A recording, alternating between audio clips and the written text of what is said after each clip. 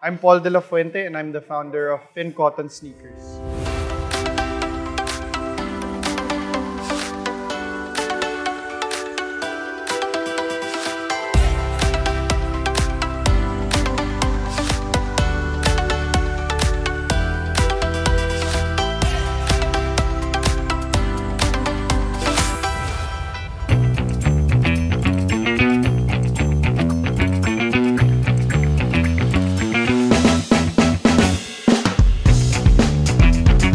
Finn Cotton started in August of 2020. Actually, we started lang as an e-commerce shop. Di kami nagumpisa with shoes eh. Nagbebenta kami mga nebulizers and beauty products. In between, we tried selling safety shoes.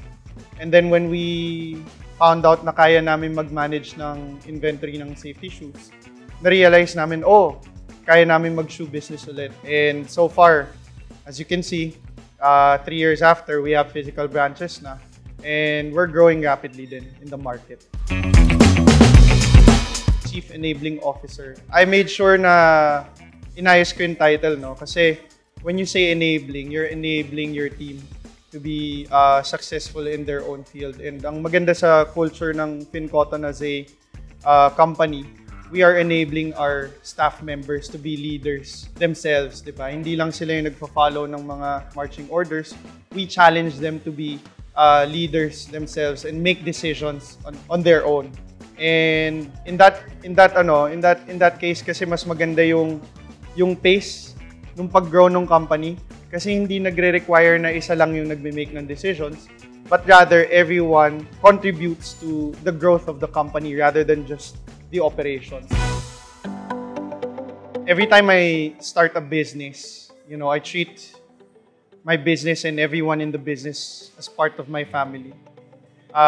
So whatever I name my business, syempre, I want it close to my heart. Before Finn Cotton, my first sneaker business was named Ethan Cash, which is a sneaker lounge where we clean and customize and restore shoes, diba? And Ethan is actually my eldest. And Cash is actually my beagle. We had to divest off of that because of the pandemic. Walang nagpapalinis ng sapatos during the pandemic. So when we founded Finn Cotton, I needed to look for a name that was close to my heart. And Finn, which is another dog of ours, is anak ni Cash. So sabi ko, sige, let's use the word Finn. Bagay naman. And then we needed to find a second name that will be synonymous to comfort. And then I said, oh, Cotton.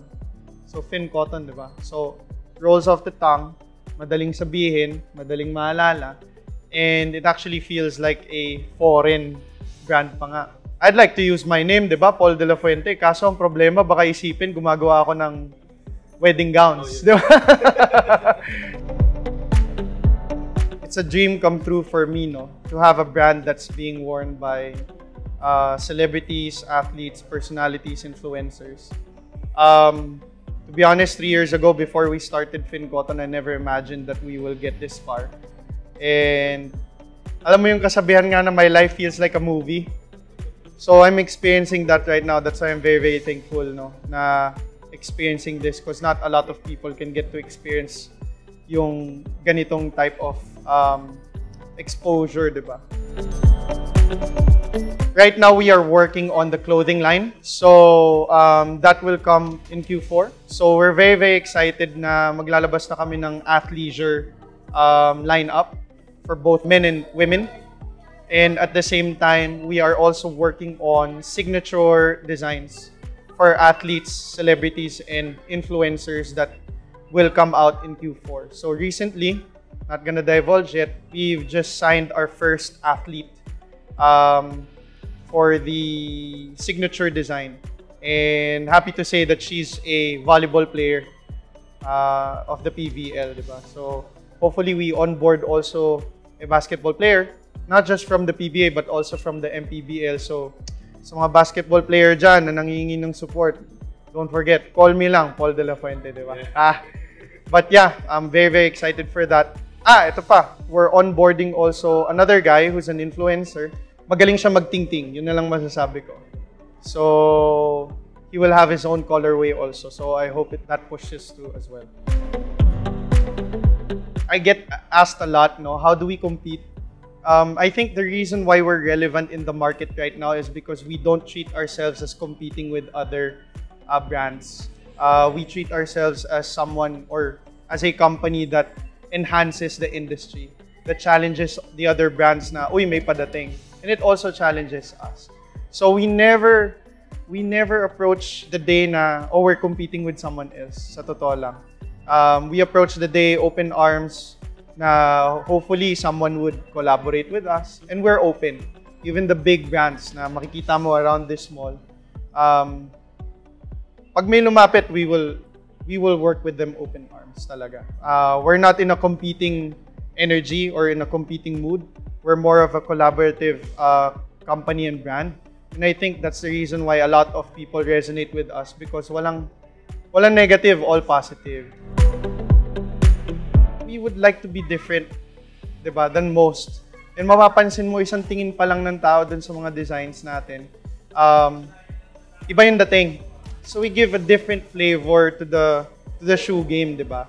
And ang daming nagfi-feedback sa amin, we look like designer shoes, diba?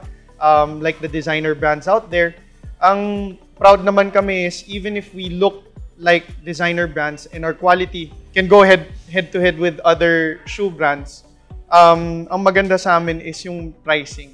So it's between 3,000 to 4,000, which is really, really affordable for the design and the quality that you would get. Kaya nagre-resonate sa mga Pilipino yung Finn Cotton sneakers.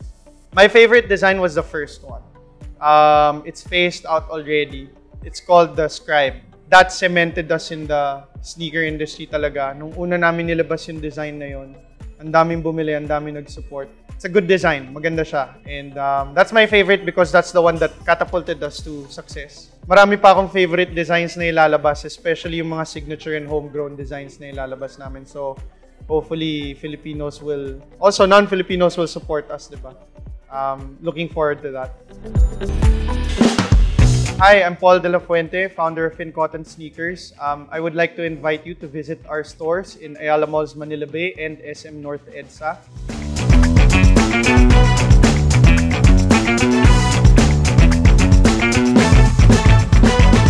If you don't have the opportunity to go to the malls, you can find us in our website, www.fincotton.com. We're also available in Shopee, Lazmall, Zalora, and TikTok Shop. And you can find our social media pages. Just look for @FinnCotton or @FinnCottonSneakers in all of the social media platforms. Thank you for your support.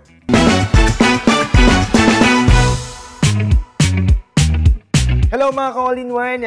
Kasama ko ngayon ang owner at founder na nag-iisang si Sir Paul De La Fuente. At mga ka-all-in-one, 3.5 lang ang money ko dito. At kailangan ko gumimik mamaya at may pupuntahan akong date.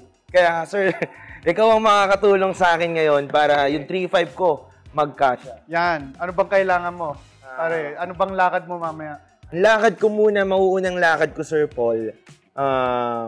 Yung normal lang, pamporma lang talaga. Pamporma lang, okay. May pupuntahan lang akong kaibigan. Sige, okay. Kung normal na lakad lang, bagay ito, pwedeng shorts, pwedeng pants, pwede itong marble na sneakers. Pwede siyang pang shorts, pwede siyang pang pants. Pero kung gusto mong mas conservative, pwede naman din itong graffiti. Ito yung usual na pamporma. Bagay ito sa shorts, bagay ito. Ang ganda niya, Sir Paul, no? Magkano yung, sapat ba dito yung 3.5 ko, Sir Paul? Yun, wow, sakto. Saktong-sakto. 3,499. Oh, may piso pa ako. May piso pa pang ito, Sir Paul, 3,499 din? This is 3,999. Wow. This is one of our best sellers and top shoe designs in our lineup. Pasok na pasok pa rin sa budget. Pasok pa rin. Sir Paul. Okay, Sir Paul, ito. Gusto ko yung mga pandiinan. Yan. Isa sa mga pandiinan, syempre, mabarkada tayo. Pandiinan, no? Oo. Mahilig tayo pumarty. Gano'n ka din? Yung madiin na madiin, Okay. syempre. Gusto ko yung Sige, madiin ito, pang forma, di ba? Yeah, no? So, we call this the Warrior. Actually, yung quality nitong sapatos na to, makikita mo, parang bakal. Diba? No? Pwede yan pang forma, pang gimmick. Pag pumasok ka sa club, yan ang unang-unang makikita na suot mo. And kitang-kita yung ka-detailed ng pagka-design. Ang ganda. Correct. Sulit na sulit. Tapos kung gusto mo naman, medyo hype, pero hindi masyadong madiin, ito naman yung Ace. Ganda rin. high cut. At pasok na naman sa budget ko guys, 3,499, no? Hindi na ako masasakitan ng ulo para maghanap ng ibang sapatos. Correct. Ito, sir, wait lang. Medyo, siyempre, kailangan ko magpapayat, papogi, para maraming makakita sa akin. Correct. Paano pag pang-basketball naman, Sir Paul? Basketball. Saan kaya tayo pupunta dito? Meron ka rin ba niyan, sir? Yes, from basketball naman, this is one of our basketball shoes, no? Marami na akong basketball players na sinuotan nito. We call it the Rain, no? Makikita mo yung EVA foam material sa taas para malambot yung cushion, tapos sa outsole naman is stable and sturdy din na material. So yan, pwede rin yung Aguila 4, one of our best sellers as well. Pang basketball din to, Aguila 4. Wow. Yan. Kung medyo gusto mo yung mga kulay na adventurous, ako ito sinusuot ko sa basketball. Pupogi, no? Yes. Talagang hindi ka lang Masayo. crossover dito. Marami pang manonood sa'yo pag nagsuot ka ng pin cotton. Yes. Anyway, boss, typical na simba lang. Sisimba lang ako. Okay lang yung outfit ko. May mga offer ka pa sa akin dito. Kumbaga boss. parang chill lang. Chill lang tayo, sir. Ito. We have what you call the Makabayan, which has the Filipino flag colorway. So ito, pang ano lang, steady lang, steadying lakad. So yan, pwede rin shorts, pwedeng pants. The Makabayan, that's what we call it. At pasok na pasok pa rin sa budget ko, guys. So, tignan nyo, 29999. Kaya, Sir Paul, dito na talaga ako bibili ng mga pampogi ko. Sige Para lalo akong pumogi katulad mo. Anyway, guys, kung gusto nyo bumili sa Fin Cotton, available po siya sa Ayala Malls, Manila Bay, and SM North EDSA. Or on our websites in Shopee, Lazmall, Zalora, and TikTok Shop. Yun, kung tamad ka, pwede ka na mag-online. Nandyan lahat yan. Fin Cotton. Yes, sir.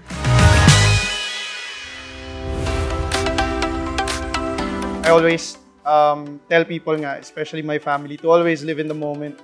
Diba? Kasi di mo alam kailan mawawala, diba? Or whatsoever. So, pag may dumating, just live in the moment and enjoy every second of it kasi di mo naman malalaman kung kailan mawawala sa'yo or kung ano man mangyari. Always be grateful to whatever opportunity comes. That's why I think binibless din kami ni Lord. Kasi, di ba, we accept it with open arms and we're grateful every time we accept it. It's really something.